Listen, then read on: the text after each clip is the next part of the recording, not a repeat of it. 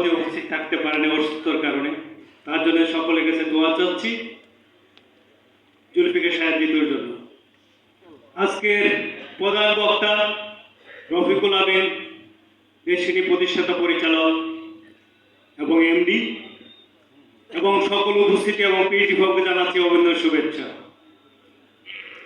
এই যে 13টি বৎসর কিভাবে পার করেছি আমি এবং রফিকুল আমিন জেলখানার মধ্যে, প্রতি বৎসর 14 ডিসেম্বর এবং 5ই জানুয়ারি আমরা দুইজন বলতাম আগামী বছর যে আমরা একসাথে হব, সবাইকে নিয়ে প্রোগ্রাম করব, কিন্তু পারি নাই। এক এক করে 13টি বৎসর পার করে আজকে এই মঞ্চে উপস্থিত হতে পেরেছি।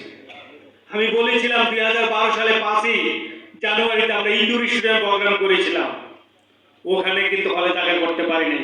অনেক লোক বাইরে থেকে, শীতের মধ্যে বাইরে থেকে প্রজেক্টরের মাধ্যমে তারা দেখেছেন প্রোগ্রাম। সেই দিন আবার আসবে ইনশাআল্লাহ, আমরা সেই দিনে অপেক্ষা আছি, ভয়ের কোনো কারণ নেই। অনেকে বলছেন আমরা ডেস্টিনি চালু করছি না। আরে ভাই, আমাদের হাতে তো দুজনের হাতে তো চালু করার চাবিকাঠি নাই।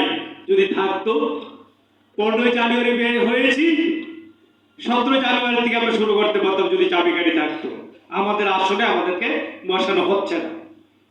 আমি এবং রফিকুল আমিন প্রতিনিয়ত আগামী দিন যদি পারি আমাদের জায়গায় বসাও, আগামী দিনে আমরা দুজন চালু করে দেব। আমরা সেই অপবাদ নিতে চাচ্ছি না, আমাদের গায়ে আর সহ্য হচ্ছে না এই অপবাদগুলা। অনেকে মনে করছে 12টা বছর কিছু না, 12টা বছর আর জেলে যেয়ে দেখেন 12টা বছর কিভাবে পার করতে হয়।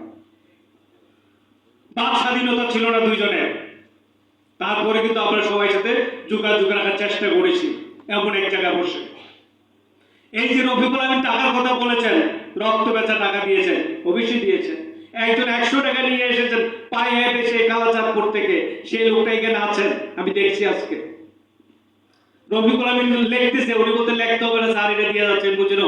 রফিকুল আমিন লিখতেছে উনি ভিক্ষার চাল ভিক্ষা দিয়ে দেন, এ আপনার থেকে নিচ্ছে আর একজনকে দিয়ে দিবে, উনি পকেটে রাখেন নাই। আমি বলতাম ওনাকে, রাগ করতাম মধ্যে মধ্যে, আপনাকে এত কষ্ট করে লোকেরা টাকা দিয়ে দিচ্ছে, মামলা চালানোর জন্য আপনি দিয়ে দিচ্ছে।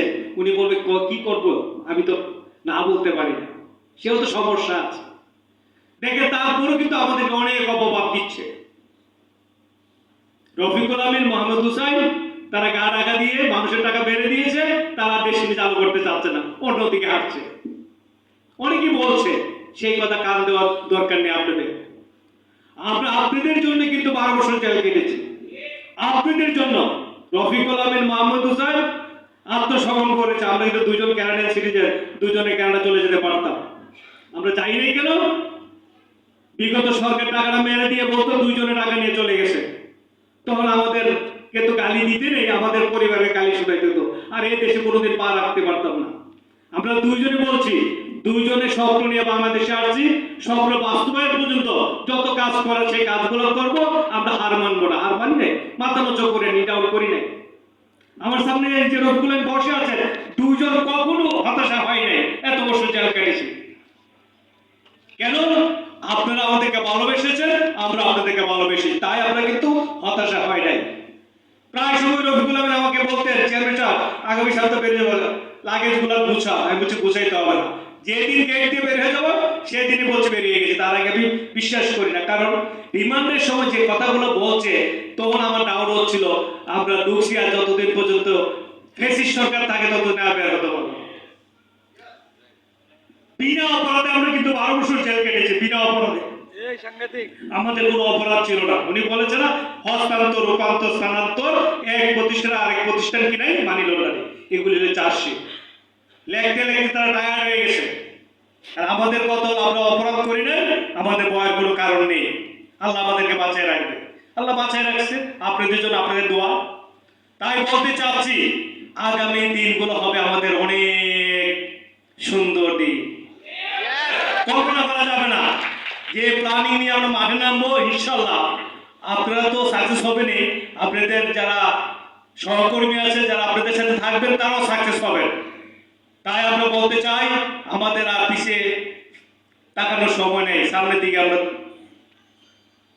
দিকে তাকাবো।